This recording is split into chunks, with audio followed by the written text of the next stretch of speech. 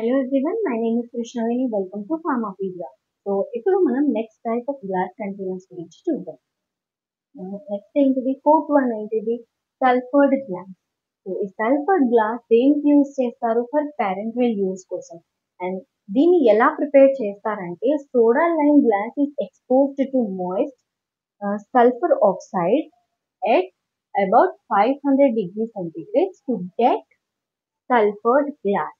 అయితే soda lime glass ఉంది కదా, సో ఆ ఫస్ట్ మనం టైప్ ఆఫ్ గ్లాస్ కంటైనర్స్ లో ఫస్ట్ నెంబర్ వన్ ఏంటిది సోడా లైమ్ గ్లాస్ కదా. సో ఆ సోడా లైమ్ గ్లాస్ ని మనం ఎక్స్పోజ్ టు మాయిస్ట్, దేని మాయిస్ట్ సల్ఫర్ డైఆక్సైడ్ మాయిస్ట్ ని ఎక్స్పోజ్ చేస్తారనమాట. ఏ టెంపరేచర్ కి ఎట్ 500 డిగ్రీ సెంటిగ్రేడ్ టెంపరేచర్ కి ఎక్స్పోజ్ చేసినప్పుడు మనకు సల్ఫర్ గ్లాస్ అనేది వస్తుంది. సో ఈ గ్లాస్ ని ఎందుకు ఈ గ్లాస్ ని ప్రిపేర్ చేసి ఉంటారు? మనకు నార్మల్లీ గ్లాసెస్ లో ఏంటిది ఆల్కలీని రిలీజ్ చేసేసింది కదా.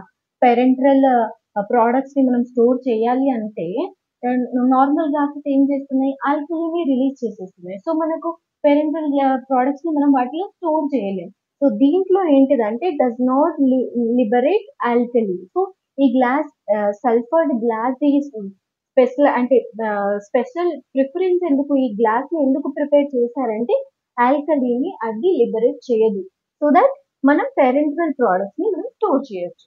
So this is the importance of sulphur glass. Next ఏంటిది neutral glass.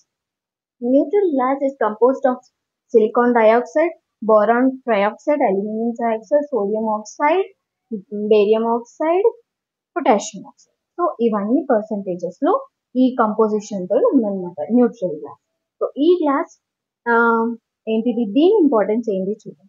Resistant to alkalis. Yes, ఇది కూడా ఆల్కలీస్ ని అంటే రెసిస్ట్ చేస్తుంది. వెదర్ అంటే మనకు అట్మాస్ఫిరిక్ టెంపరేచర్ ఎలా చేంజెస్ అయినా కానీ దాంట్లో మనం స్టోర్ చేసే ప్రోడక్ట్ కి ఏ టైప్ ఆఫ్ చేంజెస్ ఏం జరగదన్నమాట. Can also withstand autoclaving. So autoclaving అంటే ఏంటి, ఒక టైప్ ఆఫ్ స్టెరిలైజింగ్ కదా. సో ఆ స్టెరిలైజేషన్ ప్రాసెస్ ని కూడా ఈ న్యూట్రల్ గ్లాస్ అనేది విత్స్టాండ్, అంటే దానికి ఆ ఆటోక్లేవ్ ని కూడా తట్టుకునేంత శక్తి ఉంటుంది అనమాట న్యూట్రల్ గ్లాస్ కి. And used for the preparation of multi dose vials, transfusion bottles and ampoules. వీటికి ఈ న్యూట్రల్ గ్లాస్ ని, ఈ గ్లాస్ కంటైనర్ ని మనం యూజ్ చేస్తాం అనమాట ఈ పర్పస్ కి. So this is neutral glass. Next type. Next and last type of glass container ఏంటిది, ఆంబర్ కలర్ గ్లాస్.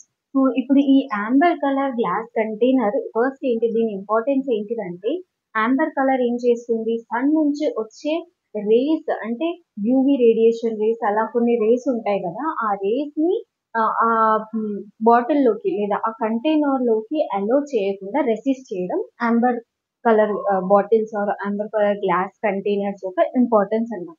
సో అలా ఎందుకు చేసుంటారు, యాక్చువల్ గా ఈ టైప్ ఆఫ్ కంటైనర్స్ ని ఎందుకు ప్రిపేర్ చేసుంటారు, ఎందుకంటే కొన్ని డ్రగ్స్ ఉంటాయి, ఏంటిది ఫోటో సెన్సిటివ్ డ్రగ్స్ అంటారు వాటికి. ఇప్పుడు ఎప్పుడైతే లైట్ కి అవి డైరెక్ట్ కాంటాక్ట్ అయ్యాయి అనుకోండి, ఆర్ లైట్ రేస్ కొన్ని అన్వాంటెడ్ రేస్ ఆ డ్రగ్స్ మీద పడ్డాయి అనుకోండి, ఆ డ్రగ్ అనేవి డిటరైజ్ అయిపోవడం.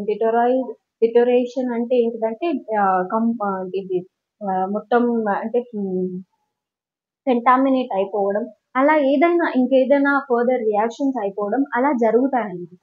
సో అవన్నీ అవాయిడ్ చేయడానికి ఫోటో సెన్సిటివ్ డ్రగ్స్ ని మనం amber colour bottles or amber colour containers లో స్టోర్ చేస్తాం. సో ఇక్కడ కూడా అదే ఉంటుంది, used for the storage of photo sensitive products because it has the capacity to filter out UV radiation.